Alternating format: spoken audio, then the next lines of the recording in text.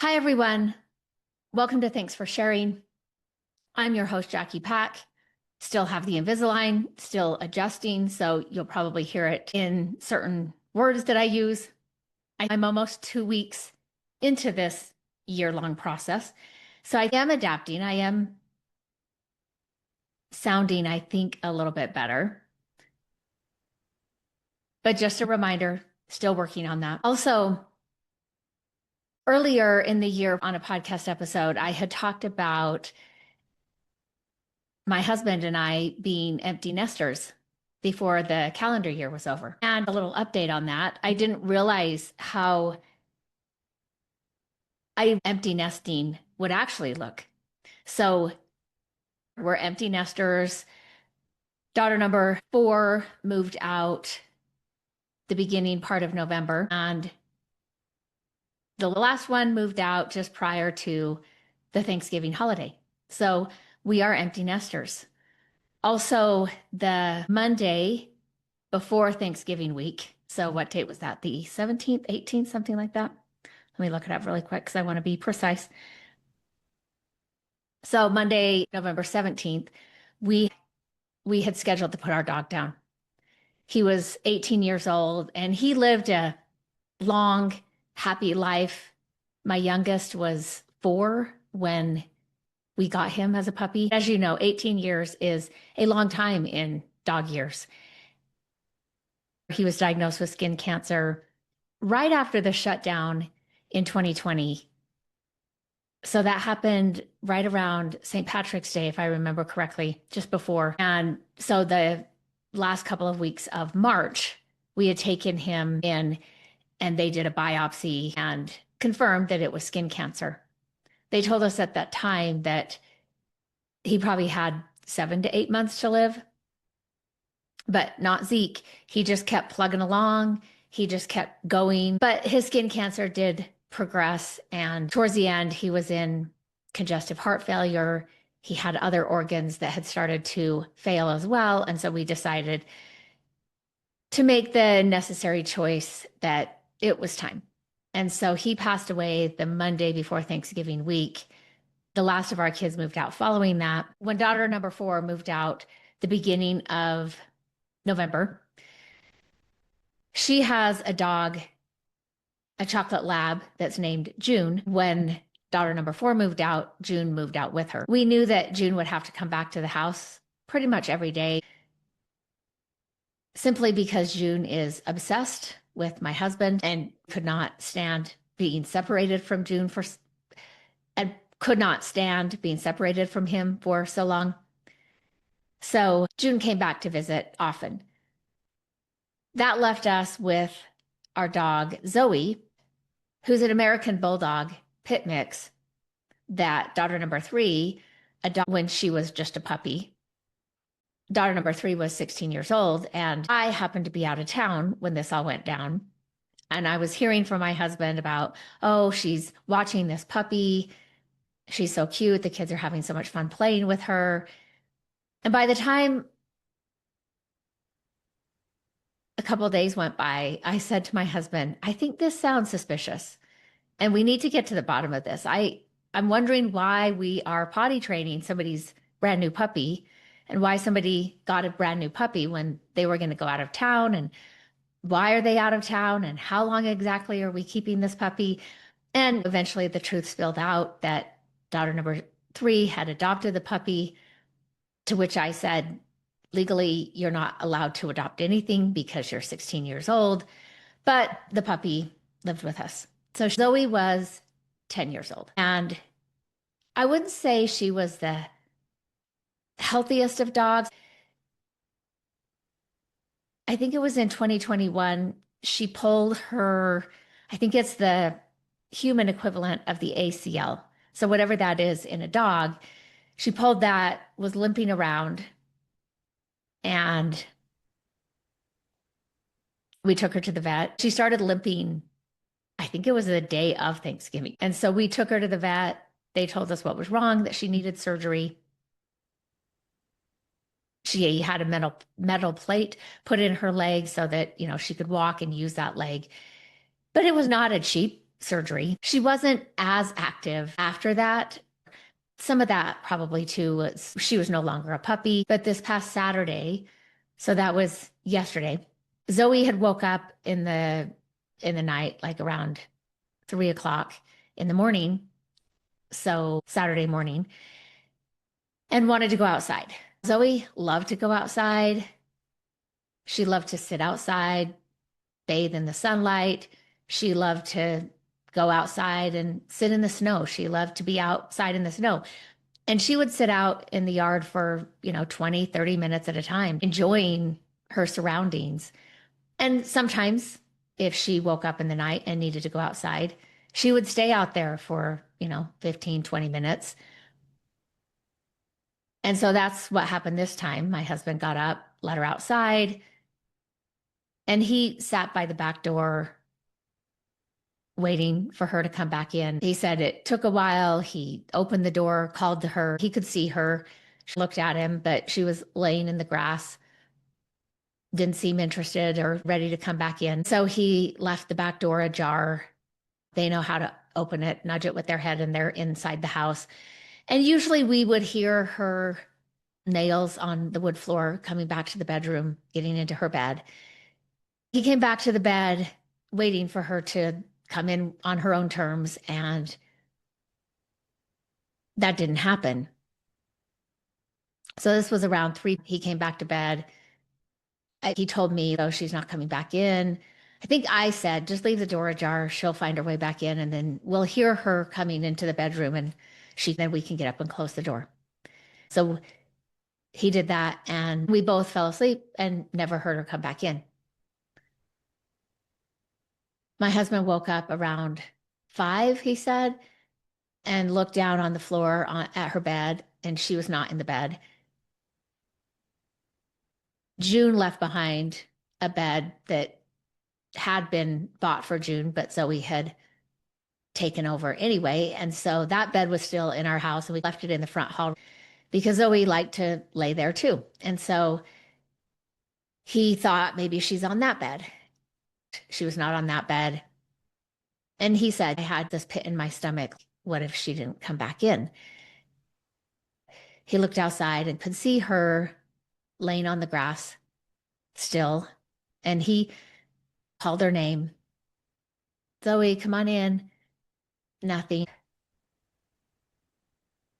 And he said, I knew she had passed, which was shocking to us. We weren't aware that she was at the end of her life, or really that there was anything happening with her that she would die from. I woke up maybe an hour later, and he came in and said, hey, Zoe never came in from outside. And I looked at him confused because that's unusual, and said, is she okay? And he said, I think she's passed. And so I got up, we went out in the backyard. It was cold. Once we thought that the kids might be up, we called them, told them that she had passed, and they all wanted to come over and say goodbye.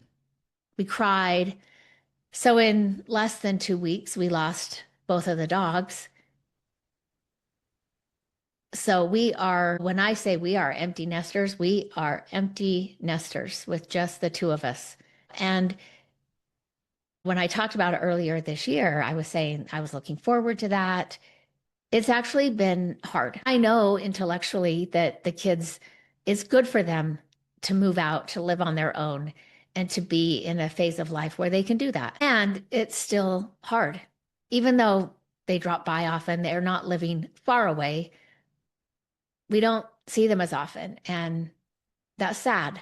For 29 years, we've had kids living at the house, sometimes more than just our kids living at the house. And now they're all gone. So we are making that adjustment, not realizing that both dogs would also be gone. So anyway, just an update on where things are at my house. So this episode is a listener request from a frequent listener, long-term listener who requested an episode on the discomfort paradox. In this episode, I'll be talking about something that I think shows up in every part of our lives, in our relationships, in every attempt that we make at healing, and in every effort to grow into the person that we want to become. It's something I see in my clients, whether that's individuals or couples. I see it in my own life. And honestly, in our culture, it's something that makes us human, but it can also keep us in cycles of pain for years or decades, even if we don't understand what's happening. When I talk about the discomfort paradox, let me break it down to you in one simple sentence. The rest of the episode, we'll get into the complexities of the discomfort paradox. So, this paradox in one sentence is the things that are most uncomfortable in the moment are usually the things that lead to long-term freedom. The things that feel comfortable, easy, or soothing in the short term often will create long-term pain. So those are the two sides of the paradox. The things that are uncomfortable usually lead to long-term freedom. Things that make us feel comfortable often lead to long-term pain. When it comes to discomfort, we don't like it. We don't want to feel uncomfortable. We might fight it or resist it. We may argue with this very paradox and try to bypass it, or we try to bargain and negotiate with it. But the paradox doesn't go away. Healing is uncomfortable. Growth is uncomfortable. Telling the truth is uncomfortable. Accountability is uncomfortable. Boundaries are uncomfortable, and receiving feedback is uncomfortable. But the alternative, the comfortable thing, keeps us stuck. So in this episode, I want to take this apart. I want to help you understand why this paradox exists, why your brain is wired to avoid the very things that help you grow, and how this dynamic shows up in three major arenas of life: ourselves, our relationships, and our personal growth and identity. I'll walk you through the classic patterns that keep us stuck in loops, and I'll talk to the neurobiology. I'll give you examples of how this shows up and what it looks like to move through it. And then towards the end, we'll start to shift to how we actually work with this paradox, not in a motivational quote kind of way, but in a nervous system, relational maturity, trauma-informed way. So let's start with the paradox itself. The discomfort paradox is the reality that our brain pushes us towards short-term comfort. But the short-term comfortable choice almost always leads to long-term discomfort. Meanwhile, the short-term uncomfortable choice, whether that's truth-telling, the boundary, the repair, accountability, slowing down, is what leads to long-term emotional safety, freedom, and connection. Some examples of this may be avoiding hard conversations, might feel comfortable. But over time, we start to notice that resentment has built up, and that doesn't feel good. Maybe we're not addressing our shame, and that feels comfortable to just try to push it away. But if we carry it long term, it can become a prison for us. It may always be easier in conflict to blame your partner because that's going to feel comfortable. But over time, it slowly erodes trust in the relationship. Keeping secrets might feel comfortable,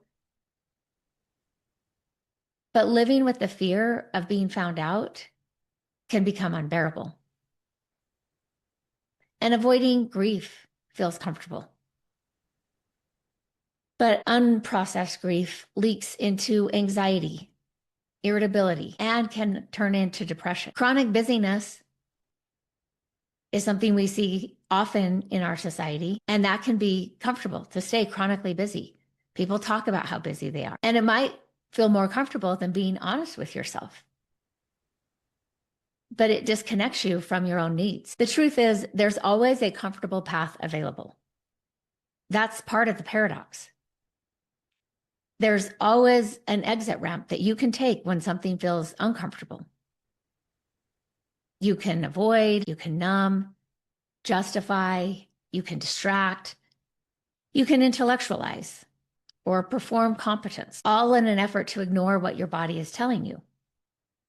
And for a moment, a short moment, it might feel better,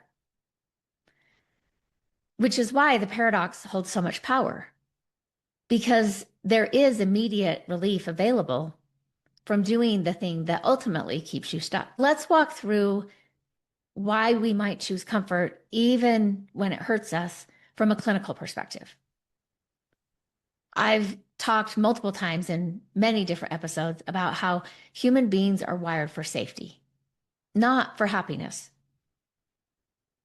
Although if you take a gander at Amazon books and you do a search for books on happiness, Amazon would tell you something very, very different. We know that our brain is constantly scanning for signals of threat,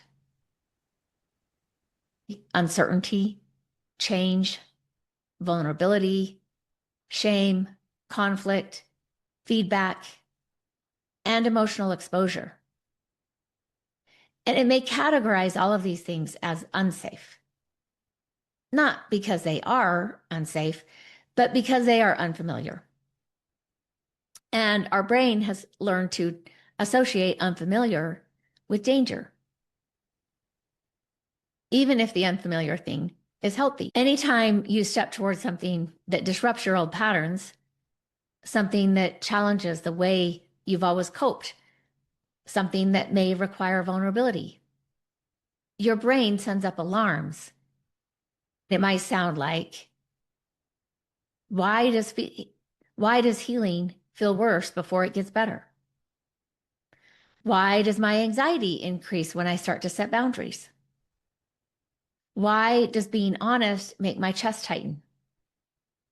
And why do I get shaky when I tell the truth? Another one that I hear that for a lot of people seems baffling. Why does being loved feel so uncomfortable? And the answer is because your brain doesn't care whether something is good for you. Your brain is more interested in whether something is familiar. So let's break this down from a neurobiological perspective. Our brain is a prediction machine. Our brain likes patterns, prediction feels safe, and familiarity feels safe, even if what's familiar is dysfunctional, even if in the big picture it hurts us, and even if it keeps us stuck in toxic shame. This is why people stay in unhealthy relationships. It's why sex addicts return to the same cycle, or betrayed partners stay frozen in hypervigilance. It's why people repeat their childhood roles or keep choosing partners who reflect their original wounds. It's why people avoid therapy or quit therapy just when it starts working, and why people go back to numbing behaviors after they've made significant progress.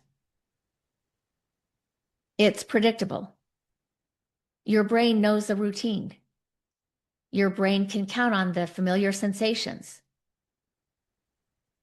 And also, it knows how to survive that pattern. Healing requires entering unfamiliar territory, even if that will eventually be. Our brain can interpret discomfort as danger. Our nervous system does not differentiate between emotional danger, relational danger, and physical danger. It responds the same way. When you do something emotionally uncomfortable, like setting a boundary or speaking the truth, your brain can respond as if a tiger is chasing you. You get a tight chest, a racing heart. Your voice might tremble. You might experience tunnel vision. There can be an urge to retreat and run. There might be intrusive thoughts. We might go into It's all just a nervous system response. And here's the part that often people forget when they have a tight chest or a racing heart. You learned your coping strategies as a child. You learned what to avoid. You learned what was dangerous. You learned what to hide. And you learned which versions of you were accepted and which were rejected. However, you learned that in the family you were part of, in the family that you were born into and that you're growing up in. These strategies worked in the environment that they were created in. They kept you safe in a system that was limited or chaotic or emotionally unavailable or unpredictable or abusive or overwhelming. Now, as an adult, those strategies are going to feel familiar. They might even in your body feel right. And if you act against those rules by being vulnerable or honest, assertive, emotionally present, or accountable, your nervous system will react. It thinks that you're breaking the rules that kept you safe. So of course that's going to feel uncomfortable. Of course it feels wrong. And of course we want to retreat. This is the paradox. The thing that feels wrong in your body may actually be the thing that is finally right for your healing. Going back to last week's episode on the family roles we inherit, and because it comes up often in therapy, especially around family of origin work, I do want to say that even when nothing about your family of origin has changed, other people still play the same roles.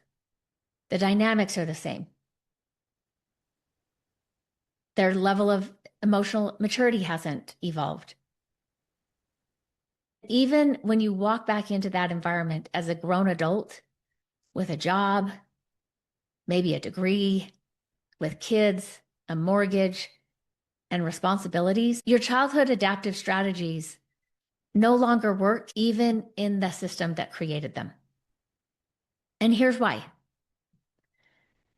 Those strategies were designed for you as a child, not for you as an adult. As a reminder, for the child, the priority was survival. And survival required staying in connection with caregivers, staying out of trouble, avoiding emotional explosions, not being shamed, not being abandoned, and keeping the peace. So your nervous system learned this is what keeps me safe. But the strategies that protect a child often limit that adult. The adult has to stay silent, stay invisible, overfunction, be the hero, the caregiver, never having needs and never saying no. Those strategies may have kept the child safe, but they keep the adult small, even though the family system still reacts to you as the child that you once were. I'm sure after Thanksgiving, heading back into my sessions this week, I'll hear about what that was like getting back together with family of origin, the old calls to go back to the role that you played, to be who the family needed you to be, and to be the member that the family needed you to be. What we tend to forget is that families tend to freeze members in time. When we get together as a family or you go back home, suddenly the golden child is still golden. The scapegoat is still the problem. The lost child is still invisible. The hero is still expected to fix everything. The caretaker is managing the emotional temperature, and the truth teller is still the difficult one. Even if you've spent years healing, growing, learning new relational skills, your family of origin may still interact with you through this old blueprint. And that blueprint expects you to use the same adaptive strategies, even if you have changed. As we grow, our self-awareness increases. Our needs become clearer. Our values are more defined. Our tolerance for inauthenticity decreases. And our emotional capacity has expanded. So when you walk back into your family of origin system as an adult, your body often says, this does not fit me anymore. And discomfort arises. The adaptive strategy is now outdated, and your nervous system knows it. But here's the paradox. Your family still expects you to play your old role. Your adaptive child still recognizes the cues and may even try to step into that role. Your adult self knows that role is too tight, it's too constricting, and it's too unhealthy. The moment you go home, your system is activated. You may feel the pull to stay silent, to people please, to shrink yourself, to fix everything, to perform, or to keep the peace. But you also know that leads to resentment, frustration, shame, confusion, and emotional exhaustion. Those are the signs that the adaptive strategy is breaking down. Not because your family has changed, but because you did. You cannot use childhood survival strategies to live an adult life. The old strategies are too small. They're too rigid. They're fear-based. They're dependent on external validation. They might require you to self-abandon. And they're often rooted in threat response. Yes, they kept you alive, but they're not going to help you thrive. And what often surprises people is that the very system where the strategies originated is now the place where they stop working most dramatically. Because nothing activates old roles like being around the people who assigned you the role in the first place. This is why people feel so uncomfortable around their family of origin. I hear in session things like, I feel like I'm 12 again. I just shut down around them. I lose my voice. I forget boundaries. I get reactive in ways I don't in other places in my life. I feel guilty just existing differently. These are all signs that your nervous system is recognizing that the adaptive child is still trying to run the show. But the adult self doesn't fit the old role, and the family doesn't mirror your new identity. So it's uncomfortable. I often tell clients, think of discomfort as data. Discomfort is not a sign that you're doing something wrong. It's just a sign that you're growing, that this old map no longer fits, that the role no longer fits who you are, and that your authentic self wants something healthier, meaning that your development is creating friction with the old system. And that's a good thing. It's what growth feels like, and it's what healing feels like.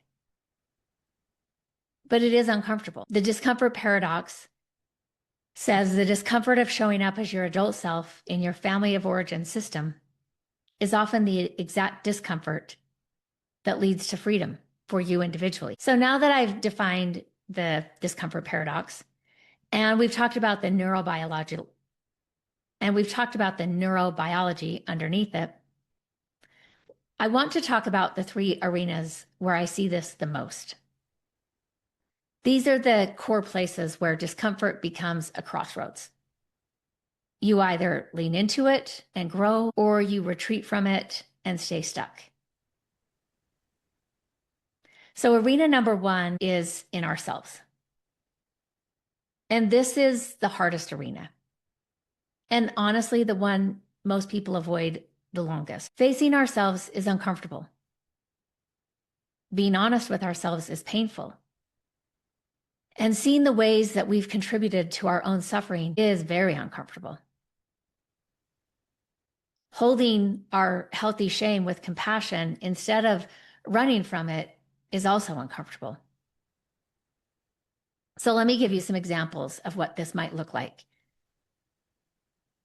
A client of mine once said something to the effect of, I'm summarizing here because I don't remember exact quotes.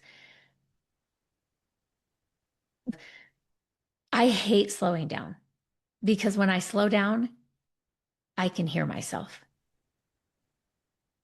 And what she meant was when she slowed down, she could hear the truth. She could feel her grief. She could see patterns and she could recognize the choices she was making that didn't reflect her values. Staying busy was comfortable. Avoiding was comfortable. And even denial can be comfortable.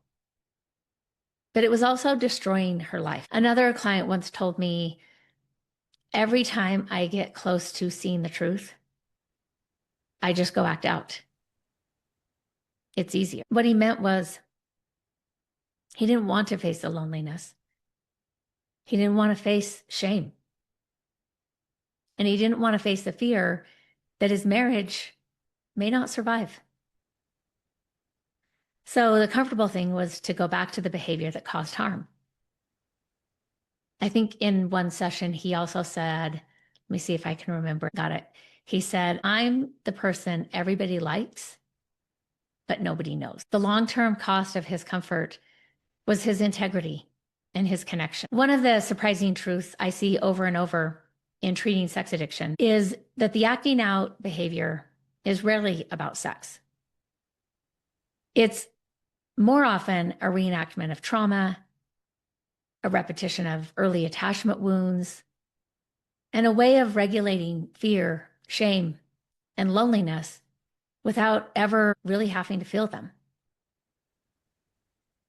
For many clients, the acting out wasn't pleasure driven. It might have seemed that way on the surface, but the truth was it was protection. It was protecting them from feeling those emotions. A lot of clients that I work with grew up with deep-seated fears of abandonment. And they grew up to be good people, often successful people, but they also find a lot of pleasure in seeking attention from women, whether this is online pornography, inappropriate flirting with women, or sexualizing simple interactions with women, or sexually acting out. Their behavior enabled them to gain approval from women without risking abandonment. And if they're married and they're in recovery, they have the woman, they're known, they're even accepted and loved by the woman. But that alone doesn't erase their deep-seated fear of abandonment. And this is another place the discomfort paradox plays out. The relationship has never been stronger, but that very strength exposes the places where deeper healing is needed. Recovery asks for something different. It asks the person to turn toward the fears and the longings underneath their trauma. That is far more vulnerable than stopping their behavior. Even after disclosure, after the impact letter, after honesty and amends, many addicts still don't trust vulnerability. It goes against their nervous system. It also goes directly against the cultural messages that men receive about masculinity. The myth that they should want sex at any time, in any form, with absolutely no complexity, no nuance, and no fear. And this is where so many of my male clients in recovery get confused. They come into a session and they might say, I think I'm more picky about the sex that I want now. And I'll often say, good. They might explain, I used to be willing to take sex anytime, in any way, but it's different now. There's almost a shame in admitting they care about the quality of the connection. Men are not told that for them, they prefer sex that's connecting. That's how women approach sex. But they start to realize they can no longer tolerate sex that's disconnected. that's obligated, performative, or used as anesthesia. Now, when they're talking to me about it, they think there's something wrong with them. And I tell them, there's nothing wrong. You're healing. They're finally noticing what their nervous system has always known. That deep down, they want safety, closeness, and presence, not just sexual stimulation. And I also hear this from my single clients who start dating again. They'll come into session and they might say something like, Jackie, I've never had sex sober. And when you sit with that, that's profound because it means they've never had sex fully present. They've never been embodied. They've never had sex without numbing. They've never been vulnerable during intimacy. They've never let someone see them. And they've never had embodied, conscious sexual connection. So, of course, sex feels different in recovery. Of course, it's more difficult. Of course, it brings up fear. They're doing something they have literally never done before. And the moment they finally speak that truth, the moment they say out loud, sex feels overwhelming, or sex scares me, or I don't know how to be sexual from this emotionally intimate place, or I've never done this sober and I don't know how to navigate it. Everything starts to shift. Sometimes they'll come in and they'll say, my partner doesn't think I'm relapsing. They are telling me it doesn't feel the same. So the partner's noticing that sex isn't working the way it has, but because they don't truly trust being vulnerable, opening up to their partner at that level and letting themselves be known in that raw, honest way creates a closeness that was never accessible through acting out. They'll come in and they'll talk to me about it. They'll tell me what's going on. And I'll say, have you had this discussion with your spouse? And they'll say, this, what I'm telling you? Yeah. Yeah. Have you shared that with your spouse? No. Why would I do that? Because your spouse wants you to be vulnerable about this. And often they leave the session, they come back, and they usually say something to the effect of, well, sex worked that night and it worked really well. Not because they fixed something, but because they finally felt safe. They allowed themselves to truly be vulnerable. And that resulted in feeling very connected. They're no longer reenacting trauma. They're participating in intimacy. Another example of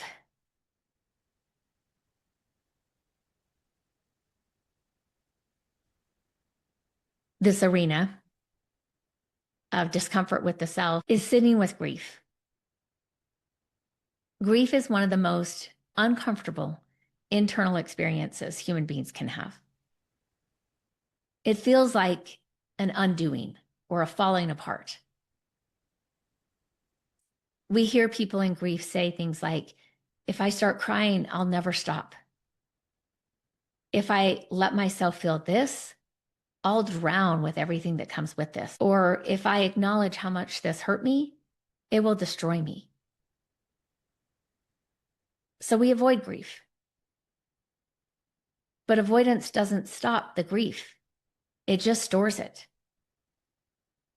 And stored grief becomes anxiety, irritability, depression, or emotional shutdown. It's waiting for us to open back up the grief that we've been avoiding. Another example in this arena is naming needs and wants. This one comes up in codependency work. People say, I don't know what I need. They might say, I know what I need, but I don't like saying it. Or they may say, asking for something feels needy. Now, if they're saying this to me, I usually ask, why does that feel needy? Why can't you say it? I know it's because their adoptive child was punished, shamed, or ignored when they had needs. So the comfortable thing is staying silent, being strong, pretending that we're fine, and using anger and resentment instead of vulnerability. The uncomfortable thing in this arena is always simply telling the truth. We say, I'm hurting, I'm scared, I'm overwhelmed, I need support, and I wasn't okay with that. The meaning of this arena is that avoiding discomfort with ourselves keeps us stuck in old identity patterns, in emotional immaturity, in unprocessed grief, and in old survival strategies with unmet needs. Facing ourselves with honesty is uncomfortable, but avoiding ourselves is unbearable. And this discomfort paradox is where real transformation begins. Now let's talk about the second arena that we see this most often, and that's in relationships. Relationships are where the discomfort paradox becomes unavoidable, because intimacy requires vulnerability, and vulnerability activates every alarm system that we have. So let me start by naming a few of the relational discomforts that people avoid. These include hard conversations, repairing after conflict, hearing feedback, taking accountability, setting boundaries, saying, I hurt you, expressing needs, accepting influence, sharing feelings that we've hidden, being seen by our partner without our defenses, and staying present during a partner's emotion. These things can be profoundly uncomfortable. Let me give a couple of examples that I've encountered with clients that I work with. So let's start with the partner who avoids repair. This may look like somebody who withdraws every time there's conflict. They need to cool down. They need a cooling down period. They might need space. And if that is truly for them to regulate, then I will always say, let's do that. But if it's just a comfortable choice, if it's old wiring, or if it's what kept them safe growing up, the long-term outcome will be disconnection. Their partner will learn that they can't go to them, that they can't depend on them, and that everything just gets swept under the rug, but not resolved. Avoiding discomfort in the moment often creates long-term insecurity. Another common pattern, especially with shame-based nervous systems, is avoiding accountability. It's more comfortable to say, I didn't mean it like that. You're overreacting. I already apologized. Or you're being sensitive. True accountability requires holding shame without collapsing in on ourselves. And that's incredibly uncomfortable. Another area where I see this show up in relationships is avoiding boundaries. Boundaries are uncomfortable for the person who's setting them and the person receiving them. Setting a boundary requires clarity. It requires that you feel self-worth, that you can hold emotional discomfort, and it requires that you can survive someone else's disappointment. I was talking to a client this past week who was feeling rejected, I think was the word that they used. I'm trying to remember who it was so I can put it in a frame. I don't remember which client it was, but we were talking about them feeling rejected. They were telling me about the context in which it happened. And they even could acknowledge that rejection was probably an overreaction, even though that's what it felt to them. And so we were talking about what other options might be healthy alternatives. You know, sometimes when they're kids, emotions and the world feel pretty black and white. And it's only as we become adults that we start to see the nuances and that a lot of things exist more in the gray. And I said, what if instead of it's rejection, it's disappointment? I'm still not picturing the client. But the person said, I can handle disappointment. And I said, okay. So what if we start framing these types of situations? I think their partner had made a request that the partner needed that was coming from a place of self-focus, not unhealthy self-focus, but something that this partner was explaining they needed, which then caused a feeling of rejection in my client. And as we talked through their situation, disappointment did frame it up right. Being able to go to disappointment instead of rejection seemed less extreme, seemed less rigid, and they were able to see their partner's point of view when we could put that reframe on it. Many people avoid boundaries because in the short term, that discomfort is hard. But when given the alternative and knowing that the long-term cost is resentment, it's burnout, and it's emotional distance, they start to feel the paradox. They are stuck at this fork in the road where one side allows them to continue being comfortable, but the other side just got a lot more uncomfortable once they know the long-term effect. And probably the most common relational pattern where we see this discomfort paradox is in avoiding conflict. I've heard people say, I avoid conflict to keep the peace. But in reality, there's no peace. We just aren't talking. Avoiding conflict might be comfortable until the relationship falls apart. Arena 3 of how the discomfort paradox shows up is in growth and identity.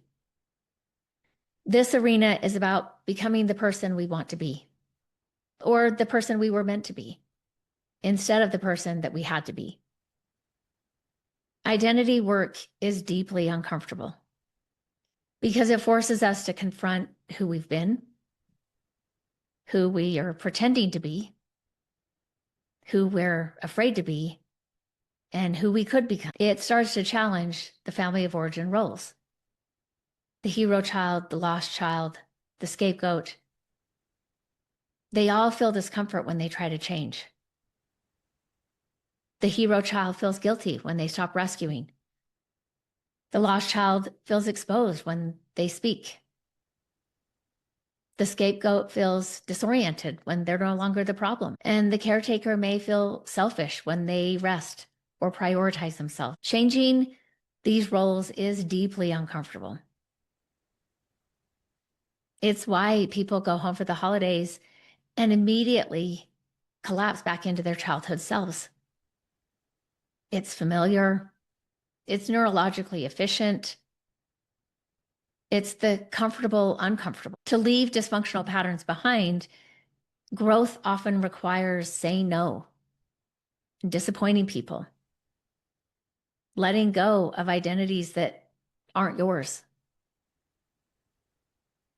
It might look like ending relationships or acknowledging harm and giving up coping strategies that worked for decades. These are not comfortable experiences. And it's why often people sabotage their own growth, because growth requires becoming someone unfamiliar to yourself. But to avoid this discomfort will lead to long-term identity stagnation. With your survival self staying in charge instead of your adult self. So now I want to pivot into how avoidance really keeps us stuck. So we've mapped the 3 arenas. And so now let's spend some time going through classic avoidance patterns. The ones I see most often in my office, in couples work, and in general human behavior. These patterns are usually invisible to the person who's doing them. They feel normal, automatic, justified, or they even feel strategic. The person may not experience them at all as avoidance. Avoidance almost always feels protective. It feels reasonable. And it usually feels safer. And it usually feels safer than the alternative. Because the alternative isn't known. And that's why naming these patterns really matters. Once we start to name avoidance, we can see the discomfort paradox in real time. I identified 10 big categories of classic avoidant patterns. So I'll go through each one on its own. So the first one is avoidance.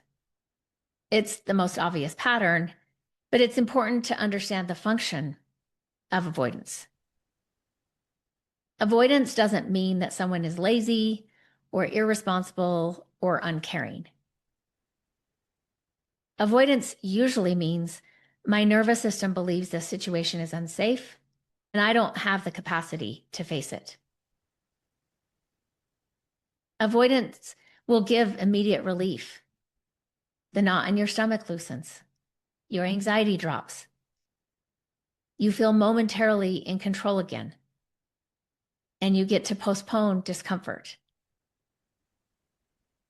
But the long-term consequence is always greater pain. Some examples of avoidance include not speaking up when something hurt you, not disclosing a slip or relapse, not scheduling therapy, avoiding the doctor, avoiding emails or paying bills, avoiding relational repair, walking away when emotions arise, ghosting somebody, or postponing hard conversation.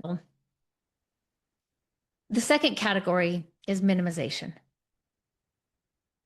Minimization is usually a quieter form of avoidance. Sounds like, oh, it's not that big of a deal. Other people have it worse. I'm probably overreacting. We don't need to talk about this. I'm fine. It's not worth bringing up. I'm sure it'll blow over. Minimization is comfortable because it lets you escape conflict, vulnerability, emotional exposure, accountability, grief, or the reality of impact. Often people will minimize when the truth feels too heavy for them to hold. The third category is numbing. Numbing is avoidance through distraction. Common numbing strategies include food, alcohol, scrolling, looking at porn, shopping, binge watching, overworking, sleeping, compulsive cleaning, caretaking others, or exercise addiction. It's important to remember with numbing that numbing is not about pleasure. It's about escape. People tend to numb when being in their own body feels intolerable. So they turn to something that helps them tolerate the discomfort. The fourth category is defensiveness.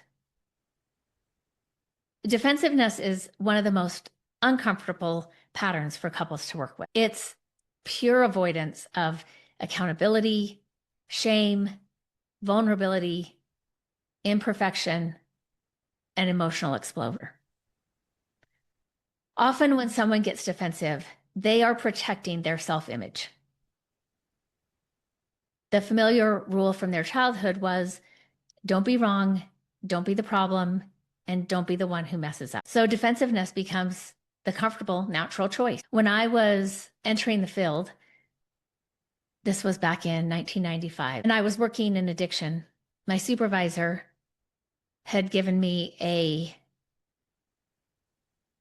article on a longitudinal study that had just wrapped, looking at the traits of alcoholic home. I'm not quite clear if he gave me this when I was first starting the job.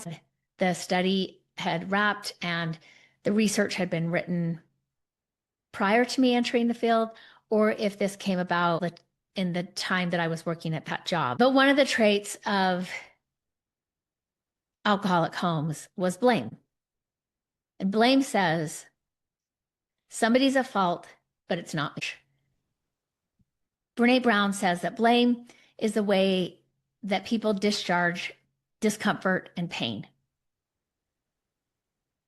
However, she says it has an inverse relationship with accountability. She says, instead of being a productive way to solve problems, blame is an act of anger that prevents accountability, empathy, and personal growth. When somebody gets defensive, they're often protecting their self-image, and they might into blame in order to discharge that discomfort and emotional pain. Let me give an example of this. So one couple that I worked with had this recurring conflict where the husband would snap when he was stressed. He also had a pretty stressful job, so being stressed was pretty normal. He would snap a couple times a week. The wife would go silent. He'd feel ashamed, but instead of owning that, he would get angry and he would blame her. For him, her reaction threatened his identity as the hero and the good guy. He wasn't trying to be abusive. He was simply trying to escape the discomfort of feeling flawed. And in his family of origin, his role, he wasn't allowed to be flawed. Eventually, he could see that defensiveness created the harm that he was trying to avoid, which is a good example of the paradox. Avoiding his discomfort of shame created more shame. Another category of classic avoidant patterns is overfunctioning. Overfunctioning is a socially acceptable avoidance strategy. It's the person who takes care of everyone, who organizes everything, who fixes the problems. They anticipate every need and rescue. They can smooth conflict. They'll manage emotions for everyone. And they also never say no. Overfunctioning avoids their own feelings, their needs, their limits, their grief, and their internal chaos. But as long as they're busy fixing others, they don't have to sit with themselves. And that's the paradox. Another classic category is underfunctioning. Underfunctioning looks like freezing, procrastinating, pushing decisions down the road, easily being overwhelmed, expecting others to take over or step in, saying, I can't, dropping balls, an emotional shutdown. Underfunctioning is not about being lazy. It's about the nervous system collapsing because it's overwhelmed by unmanageable discomfort. It's comfortable for the person only in the sense that it stops the unbearable tension building inside of them. But it creates long-term consequences, whether that's resentment from other people, shame of not being enough, lost opportunities, dependency, and decreased confidence. I have had several clients who fit this category, and they'll say something like, when I feel like I can't do something perfectly, I end up not doing anything at all. So usually there's a time period in which they're trying to find the perfect way to do something. And then they realize how much time they've wasted, their words, looking for the perfect way to do it. And that feels uncomfortable when they notice the time that has passed. They end up not doing it at all, which is that internal chaos. Collapse can protect them from shame, but it also keeps them away from any sense of personal competence or momentum, which leads us to category number 7, perfectionism. Perfectionism is one of the most sophisticated avoidance patterns. It avoids vulnerability, criticism, making mistakes, shame, being seen, uncertainty, and relational risk. And it feels very comfortable because it often gets rewarded socially. Examples of this might be rewriting a text twice, avoiding saying something until you have it perfectly mapped out. Perfectionist people don't ask for feedback, and they often avoid intimacy because they fear failure, which leaves them micromanaging, never resting, hiding any flaws, having rigid routines, and obsessing over control. Perfectionism is often a shield, but shields get heavy, and eventually they isolate you and cut you off from connection. The eighth category is people pleasing. People pleasing avoids conflict. It avoids disappointment. We don't feel like a burden. It avoids being disliked or standing out, being criticized, or feeling selfish.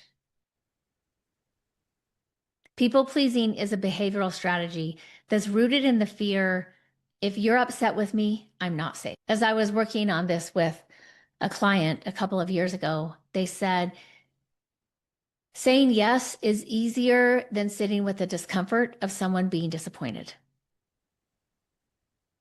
And saying yes might feel comfortable in the moment, but over time, it can lead to resentment, to disconnection, and to willingly self-abandoning. The ninth category is over-intellectualizing.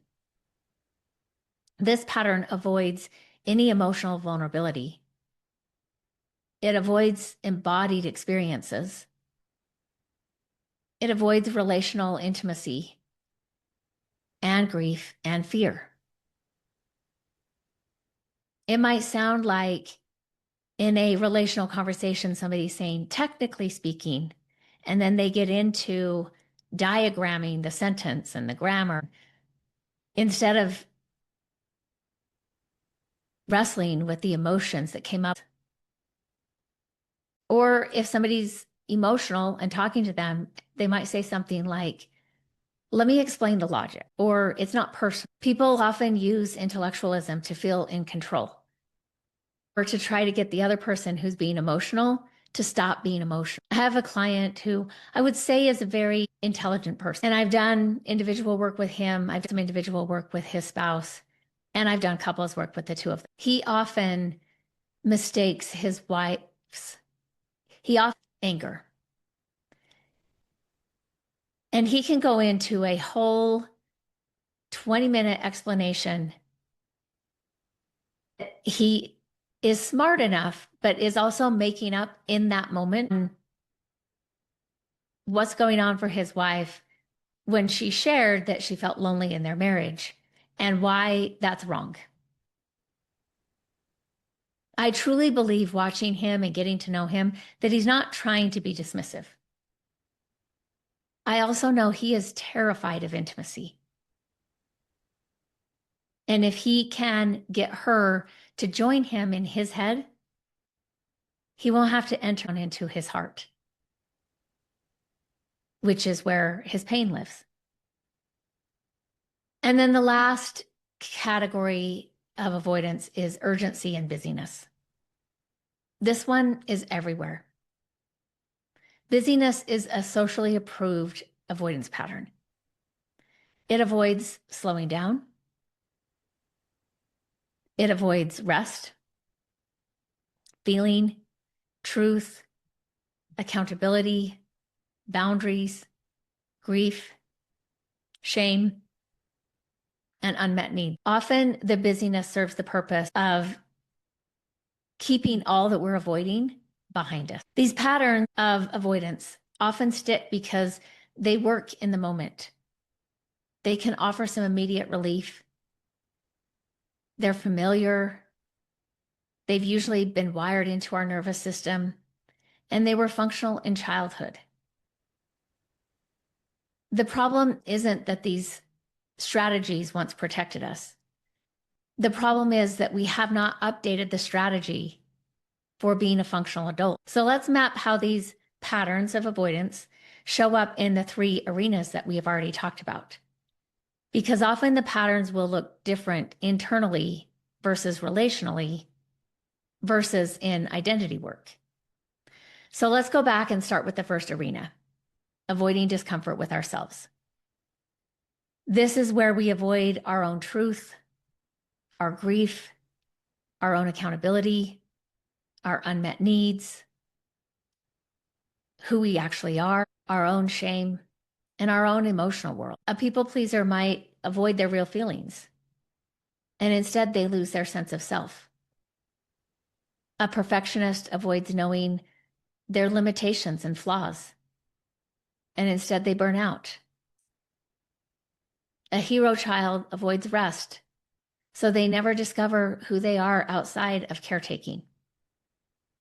And a lost child often avoids self-expression, and instead nobody knows them deeply. Avoiding discomfort with ourselves always creates long-term internal suffering. Let's look at arena number 2, avoiding discomfort in relationships. This is where the paradox can get very loud. Avoiding conflict often leads to long-term resentment. Avoiding repair results in long-term insecurity. Avoiding accountability creates long-term distrust. Avoiding boundaries results in chaos. Avoiding vulnerability results in loneliness. Avoiding feedback will land us in stagnation. And avoiding differentiation leads to long-term fusion and breakdown. It's why I often say that couples don't fall apart from conflict. They fall apart from avoiding conflict. My supervisor, when I was a brand new therapist and under supervision, he had explained, I don't know if he came up with it or if he had read it somewhere. I've repeated it myself, knowing that I got it from him, but I don't know where he got it from. He would talk about anger and he would talk about red anger. This type of anger has heat, it's alive, it can burn you, but it's better than the alternative, which is white anger. White anger runs even hotter. You know, think of if you've had a campfire and initially you're burning the wood and it's red, it's burning red, and then it turns to white. That's a hotter burn. And he's, we can work with red anger, but it's really hard to work with white anger because that's like breathing life back into a corpse. The relationship has died when there's no conflict. When a couple is having conflict, they're protesting. Yeah, the arguments may not be productive, but they're protesting, meaning they still think this relationship can meet their needs. When there's no protest, that doesn't look good. So avoiding relational discomfort guarantees relational instability. And then arena number 3 is avoiding discomfort in growth and identity. Growth requires discomfort. Identity development requires discomfort. And breaking family of origin roles will make you very uncomfortable. But avoiding this discomfort leads to long-term identity stagnation. You stay the version of you that was shaped by survival. You don't get a voice in who you are. You don't get to choose. You don't get to explore. You'll never get to be the version of you that is shaped by intention, by exploration, by choice, by discovery, and by wholeness. I also think it's important to spend a moment talking about when discomfort is healing versus when discomfort is harmful. I don't think it's accurate to say all discomfort is good. The truth is, not all discomfort should be leaned into. Some discomfort is a signal to pause, to step back, to protect ourselves, possibly to walk away. So we need to draw a clear line between healing discomfort and harmful discomfort. And this can be confusing, especially for people with trauma histories, codependency patterns, or religious conditioning. We can often get confused between these two. We might mistakenly think that if it's uncomfortable, it's good for us, that this is us stretching, that we're supposed to tolerate more. And often these beliefs have been reinforced by their family systems, therapists who weren't necessarily trauma informed. It can be reinforced by partners who gaslit them, or faith communities that spiritualized suffering. So it's important to be absolutely clear. You should never be asked to tolerate harmful discomfort, but it is okay to be asked to lean into healing discomfort. And they're not always the same. So let's make this clear. Healing discomfort shows up when you tell the truth, set a boundary, ask for a need, accept difficult feedback, take accountability, repair a rupture, allow yourself to be known, to feel your feelings, to speak up, to sit with your grief, to change old patterns, to confront shame. And it builds trust. It results in growth. You show up authentically, and you're doing things that align with your values. Healing discomfort is uncomfortable because it goes against your adaptive childhood patterns, not because it violates your integrity. Healing discomfort expands you. It leads to healthier relationships. It develops maturity, can deepen intimacy. It improves emotional regulation and increases self-awareness. It brings you closer to your values. And in the long term, it creates overall safety and stability. You can recognize healing discomfort because even though it feels vulnerable, it moves you toward connection. It clarifies things, and you start to feel yourself reclaiming parts of you that you didn't know you had to let go of. Healing discomfort invites your adult self to be known, to step up, and to step forward. So now let's talk about harmful discomfort. Harmful discomfort shows up when you're being manipulated, when you're being disrespected, coerced, gaslit, blamed for someone else's behavior, punished for setting a boundary, when you're shamed into compliance, being dismissed, re-traumatized, walking on eggshells, or enduring emotional, sexual, physical, or spiritual abuse. Harmful discomfort cannot be healing discomfort. It is a sign of danger. Harmful discomfort is uncomfortable because it violates your integrity, your boundaries, and your worth. It collapses you, disconnecting you from yourself, increasing shame, destabilizing the nervous system, and it requires self-abandonment. So what are some signs that you might be experiencing harmful discomfort? You might feel blamed for someone else's emotions. You might be hypervigilant, feeling pressured, feeling obligated to tolerate what hurts. You might feel the muscles in your body tense instead of relax and open. Harmful discomfort is not part of growth. It's a sign that you need to protect yourself. Is there a simple way to tell the difference? Yes, for the most part. If the discomfort requires you to move toward your authentic self, even if that's somewhat still undefined, that can be healing discomfort. If the discomfort requires you to abandon your authentic self, That's harmful discomfort. Healing discomfort is going to ask more from your true self. Harmful discomfort asks you to disappear. And this distinction can be a turning point for clients who grew up in homes where putting up with things or outlasting the situation, the tension, the discomfort was the only way to survive. Now, sometimes the messaging can get confused. I grew up with a very particular message about decision making. And it came from the religion that I was raised in, but it was never disputed anywhere else.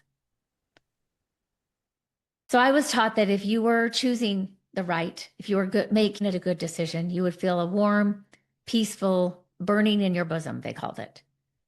And if you were choosing the wrong path, you'd feel a stupor of thought. Now, those were not terms that we used in the 70s when I was born or the 80s when I was a teenager. And I know that for a lot of people in my religion, it's meaningful to them and it was helpful for them. But for me, that framework was never helpful.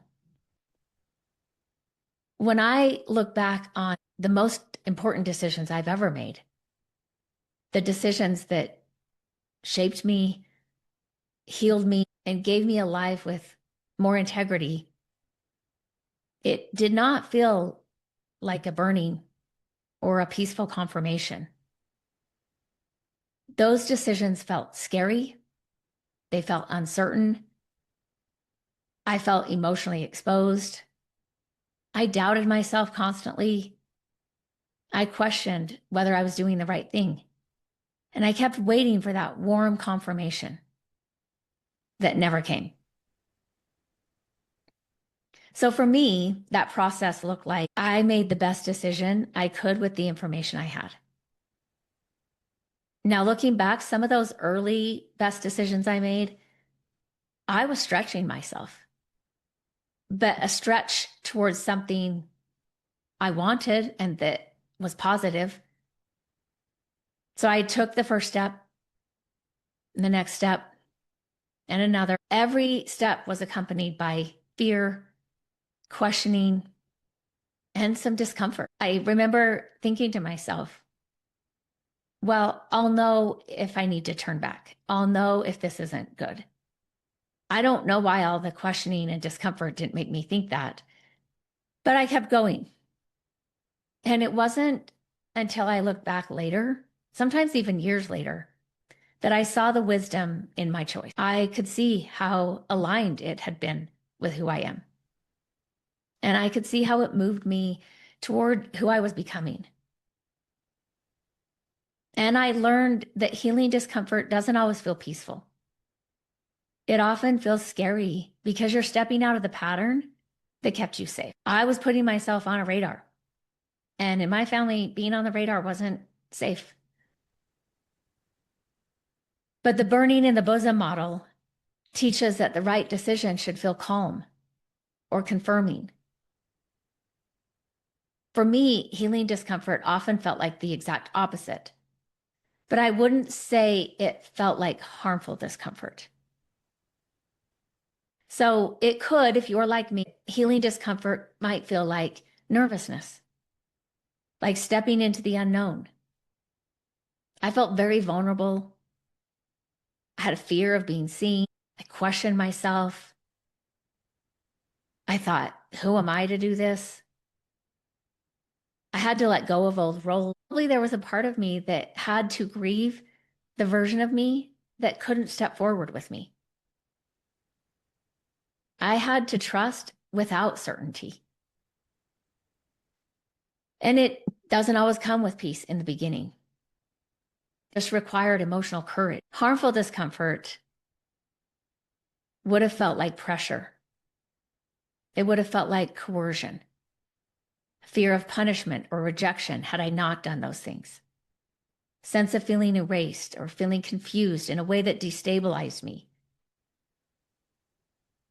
Harmful discomfort would have required me to shrink myself, to give up my voice, my dreams, my thoughts, my hopes and ambition. It would have required me to override boundaries or ignore any internal signals.